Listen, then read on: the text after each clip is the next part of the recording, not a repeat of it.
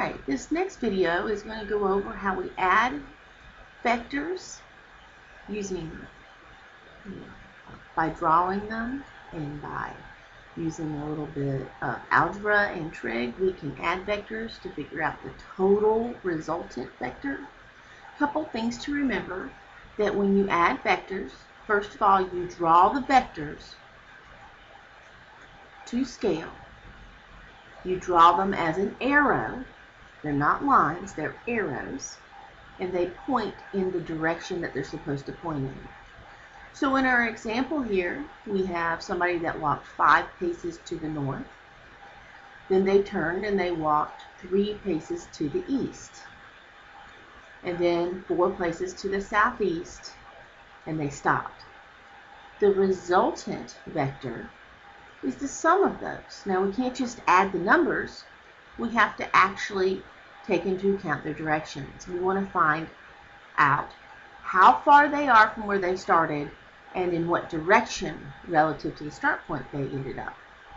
So to show that on paper, when we draw them tip to tail.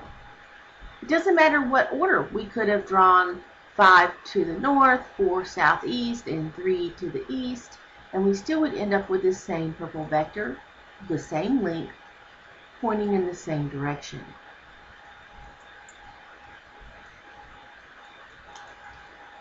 But how do you actually find the resultant?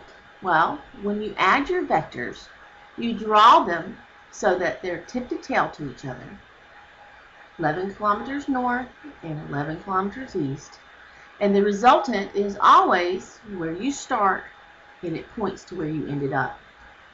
So the resultant magnitude is just going to be found, in this case, by just finding using Pythagorean theorem, because you have the x and the y coordinates.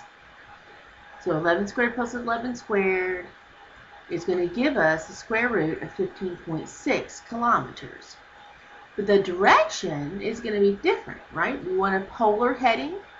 So in this case, you've got x, you've got y, and this person decided to use sine. So you could use tan if you wanted to. And they found this angle right here, right?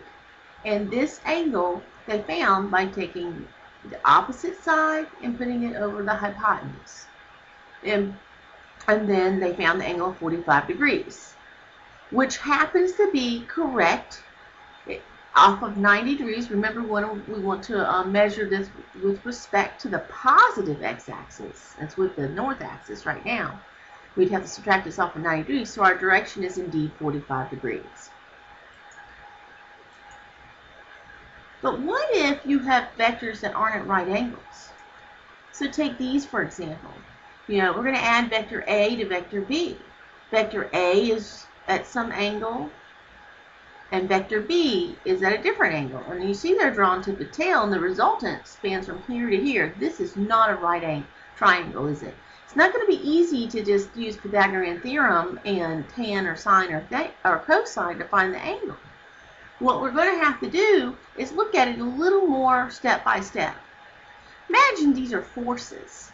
Okay? So A is pulling to the north and to the east, and B is pulling to the north and to the east.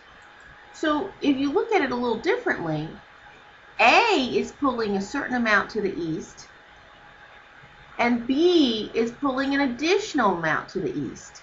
So the resultant is a total sum of the x component of A and B. B is lifting up to the north, and A is lifting up to the north. If I add the y component of A and the y component of B, then I'll have the y component of R. And once I have the x and the y of R, it's easy to find its magnitude and displacement, because I can use Pythagorean theorem, 23.8 squared plus 25.8 squared, and I can find R. And then I can use tan theta to find this angle. Y over x equals tan theta. So this is called the component method. When we have vectors that are not at right angles, we add them using vector addition with components. we, number one, find the components of each vector. And then we add up all the x's and we add up all the y's. And that will give us the x and y of the resultant. And then we can find the magnitude and the direction because we have x and y. So in this example here, it looks a little bit different. We have an A and a B. You can see AX is pulling to the east, B is pulling to the east. So the resultant C here is going to have the vector sum in the x direction of AX and BX. And the same thing here. BY plus AY is going to give us the vector sum of CY. Just a couple notes. When you subtract a vector, that means you're adding the vector, but it's just pointing in an opposite direction. So if B was pointing up here to the south, to the northeast, negative B would be to the southwest. We also can express our vectors in a more conventional way that's used in math by using something called a unit vector. Because think about it, you know, sometimes we have to rotate our axes around. Like in our class, X is always to the right and Y is always up north. And Z is coming out at us the page. But in other classes, Z might be what we would call east, and X might be what we call north, and Y would be coming out of the page. So you can move your X, Y, and Z axes around, and because of that, we need to have something to make sure we always know what east, you know, what direction X is in, and Y is in, and Z is in.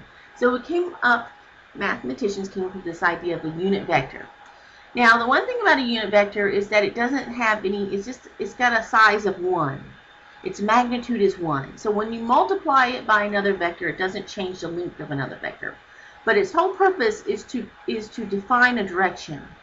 And so we have unit vectors that point in the x direction, that point in the y direction, and that also come out and point in the z direction. The symbol for a unit vector is this little hat, a caret.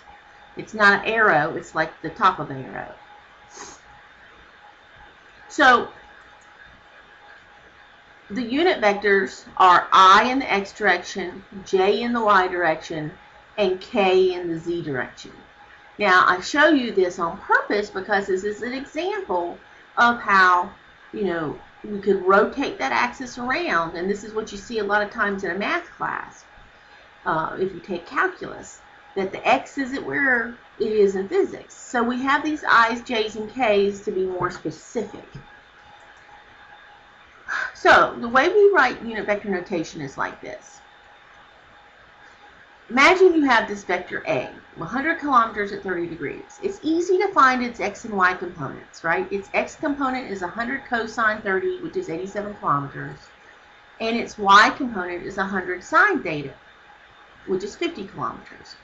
So in unit vector notation, what we do is we write an addition statement because we're really adding two vectors, one pointing east and one pointing north, together to get this new vector.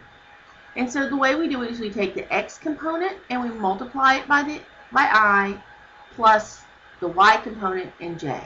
So if your x is 87 and your y is 50, then it would be 87i plus 50j kilometers. And you always write this as an addition statement because you're literally adding these two vectors together tip to tail to form your resultant, A.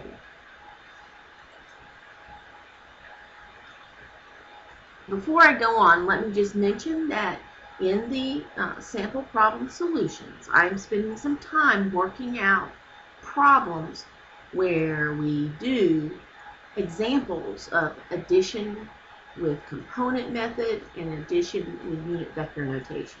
So make sure that you review the sample problems and that you look at the Khan Academy videos as well. The last thing I want to talk about vectors has to do with relative motion. And this is because motion is relative to the observer. Imagine if you were on a car that was traveling at 15 meters per second and you were walking forward on this car. Well, if you were just standing stationary, right, to you, you would be still. But to somebody that was watching you, you would be on the train or the car and you'd be moving at 15 meters per second to the right. So that's what we mean by relative. So this person that's standing in the train, if it starts moving forward at 1.2 meters per second, he would say his speed is 1.2 meters per second. But an observer would add in the velocity of the train and say that he's traveling at 16.2 meters per second. And if the person walked backwards, he would say he's moving backwards at 1.2 meters per second. But the observer would say that he is moving at 13.8 meters per second forward, because he would take the positive velocity of the train and subtract off the negative velocity of the person. So the velocity of the person on the ground that the person on the ground sees is equal to the person in the train plus the velocity of the train. All right, that ends this lecture.